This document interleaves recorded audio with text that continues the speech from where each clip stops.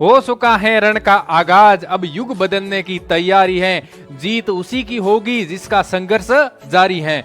जीत उसी की होगी जिसका संघर्ष जारी है। नमस्कार साथियों, मैं BL Dudi lab assistant selected आप सभी का मेरे यूट्यूब प्लेटफॉर्म पे स्वागत करता हूं। साथियों, लैब असिस्टेंट की वैकेंसी अभी आने वाली है 2023 के अंदर। यदि ये तरीका, ये नियम आप फॉलो कर लेते हो तो आपको सिलेक्शन से कोई नहीं रोक सकता। लेकिन आपके पास में स्टडी मटेरियल अच्छा होना चाहिए। प्रॉब्लम का देखो, बेस्ट कंटेंट आपके पास में अवेलेबल होना चाहिए। यदि आप सेल्फ स्टडी कर रहे हो या फिर किसी कोचिंग से जुड़े हुए हो या किसी ऑनलाइन प्लेटफॉर्म से जुड़े हुए हो तो आपके पास में कॉन्सेप्ट सारे के सारे क्लियर होने चाहिए। आपके पास में कंटेंट अच्छा होना चाहिए। ठीक है, दूसरी बात है कि आपने वीडियो देख लिया या आपने पहले पढ़ लिया और आपने सारे कॉन्सेप्ट क्लियर कर लिए, उसके बाद में उन नोट्स को याद करो सेल्फ स्टडी से।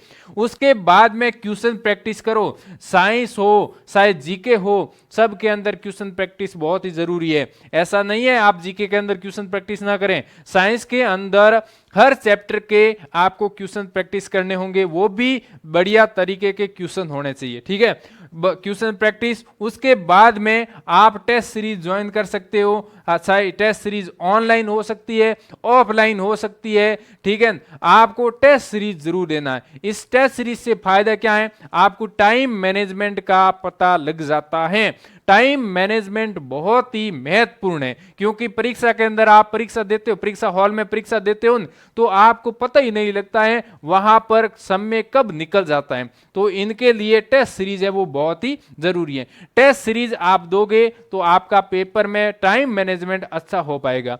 क्वेश्चन प्रैक्टिस करोगे तो आपके नेगेटिव मार्किंग, या फिर टेस्ट सीरीज दोगे तो उसमें नेगेटिव मार्किंग का विशेष रूप से ध्यान रखना है। टाइम मैनेजमेंट का विशेष रूप से ध्यान रखना है।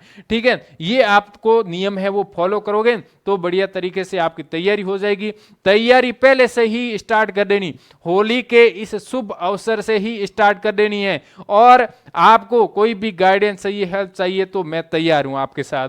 ठीक है, और कितने घंटे पढ़े, देखो अभी नोटिफिकेशन है वो लगभग मैं आपको बता देता हूं 31 मई से पहले या 31 मई के जस्ट बाद, यानी कि 31 मई के आसपास जारी हो जाएगा। क्योंकि पहले एक नोटिफिकेशन आया था शिक्षा विभाग का, उसमें लिखा हुआ था कि भर्ती की जो अर्चना है वो विभाग को 31 मई तक उपलब्ध कराई जानी है। ठीक है, तो ये नोटिफिकेशन निकालने की संबंधित जो जानकारी है वो जो 31 मई है उसके आसपास नोटिफिकेशन आ जाएगा। तो एग्जाम कब करवाएंगे, एग्जाम करवाएंगे लगभग अक्टूबर, यानी अक्टूबर के अंदर, अक्टूबर 2023 के अंदर इसका एग्जाम करवाने की संभावना है।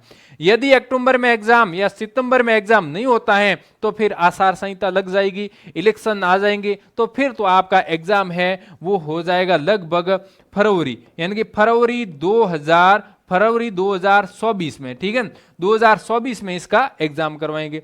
अब बहुत सारे ऐसे विद्यार्थी हैं जो अभी 12th के अंदर हैं, यानी कि 12वीं के अंदर हैं। 12वीं के अंदर वो साइंस में है, यानी कि वो बायो में है या मैथ से है, तो या फिर एग्रीकल्चर में है, तो वो भी साथी इसकी तैयारी स्टार्ट कर सकते हैं, क्योंकि वो भी एलिजिबल है। यदि उनकी एज है वो 1/1/2024 तक है, वो कितनी हो जाती हैं, 18 वर्ष हो जाती है तो फिर आप तैयारी स्टार्ट कर सकते हो। ठीक है, आपको पढ़ना वही है जो 2022 का जो सिलेबस था लैब असिस्टेंट का, वो सेम का सेम ही पढ़ना है। सिलेबस की पीडीएफ है वो कर्मचारी चयन बोर्ड की साइट पे अवेलेबल है, या फिर आप Sarvodaya career institute application download करोगे तो वहां पर भी आपको पीडीएफ अवेलेबल हो जाएगी। ठीक है, लैब असिस्टेंट की बढ़िया तरीके से तैयारी करनी है। जो फर्स्ट बार कर रहे हैं उनके लिए Sarvodaya career institute only for lab assistant, अभी उनकी जो बैच है वो स्टार्ट किया हुआ है, तो वो आप ज्वाइन कर सकते हो। इस तरीके से आपके मन के अंदर कोई भी डाउट आ रहा है तो आप जो डिस्क्रिप्शन है उसके अंदर कमेंट कर सकते हो, कोई भी क्वेश्चन पूछ सकते हो। ठीक है। और बी पॉजिटिव रहो, हमेशा मुस्कुराते रहो, बी पॉजिटिव के साथ में अपनी तैयारी है वो नई उड़ान के साथ में, नई दिशा के सामने, अपने लक्ष्य के सामने रख करके अपना जो लक्ष्य है ना उसको निर्धारित कर दो। और जहां पर आप सोते हो बैठते हो वहां पर अपने लक्ष्य यानी कि एक पेज पे लिख दो मिशन लैब असिस्टेंट, उस पेज को वहां पर चिपका दो जहां पर आप पढ़ते हो। और अपना जो सिलेबस है उस सिलेबस को प्रिंट निकालो और सिलेबस को वहां पर चिपका दो, उस दीवार पे चिपका दो, उस वहां पर जहां पर आप पढ़ते हो उस पुस्तक के पास में रख दो। अब देखो यहां पर सिलेबस को प्रिंट निकाल के रखना सब कुछ नहीं है, जहां पर पढ़ते हो वहां पर दीवार के चिपका दो, उनको रोजाना देखो, ठीक है। ऐसे कुछ पॉइंट होते हैं, ऐसे कुछ फॉर्मूले होते हैं जो आपको बार बार देखने की जरूरत होती है, तो उनको दीवार पे चिपका दिया करो। 4-5 दिन उनको दिन में 2-3 बार आप देखोगे तो वो याद हो जाएगा, परमानेंट याद हो जाएगा, यानी कि आपके लॉन्ग टर्म मेमोरी के अंदर वो डाटा फीड हो जाता है, तो आप कभी भूल नहीं पाते हो, ठीक है। इस तरीके से आप अपनी तैयारी है वो बढ़िया तरीके से कर सकते हो।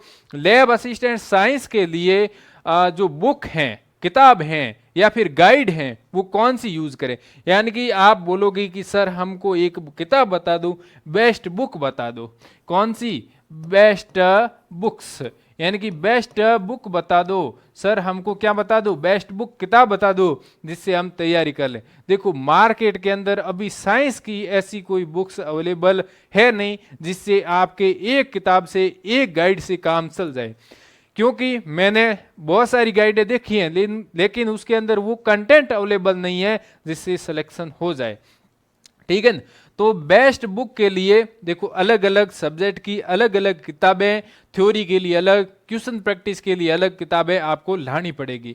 लेकिन मेरा ये प्रयास रहेगा कि जल्दी ही एक साइंस की बुक्स है वो तैयार करवा दे और आपको अवेलेबल वो जल्दी हो जाए, ये मेरा पूरा प्रयास है वो चल रहा है। तो जल्दी ही आपके मध्य वो अनाउंस कर देंगे तो आप उस बुक्स को भी देख सकते हो, ला सकते हो। अब देखो ऐसा नहीं बोल रहा हूं कि आप दूसरी बुक्स मत लाओ, ये जो मैं बता रहा हूं वो बुक्स लेकर आओ, ऐसा कुछ भी नहीं है। आपको अच्छी लगे ला सकते हो, लेकिन मेरे को ऐसा लगा नहीं कि बाजार के अंदर मार्केट के अंदर जो किताबें अवेलेबल हैं वो अच्छी हैं या फिर उसके अंदर कंटेंट वो है जिससे सिलेक्शन हो जाए।